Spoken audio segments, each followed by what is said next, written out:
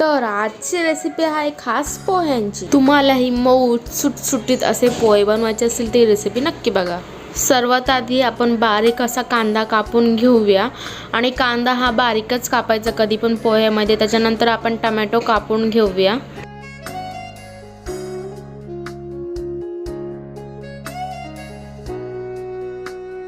आणि त्याच्यानंतर आपण मिरची कापून घेऊया।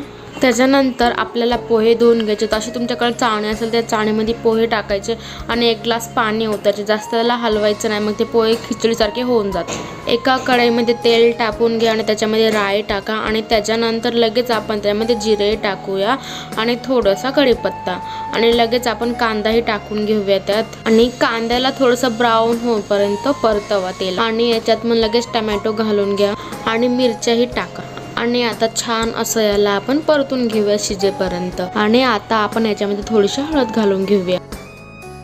आता आपण याच्यामध्ये शेंगदाणे टाकूया आणि मस्त शेंगदाणे तेलात फ्राय होतं मिक्स करूया आणि यात आपण धुतलेले पोहे लगेच टाकूया आणि याला सगळं मिक्स करा। ह्याला एकदम हलक्या हाताने मिक्स करा, बिकॉज आपण जास्त त्याला मिक्स केलं तर ते पूर्ण खिचडीसारखे होऊन जातात। आणि तुमच्या स्वादानुसार मीठ टाका।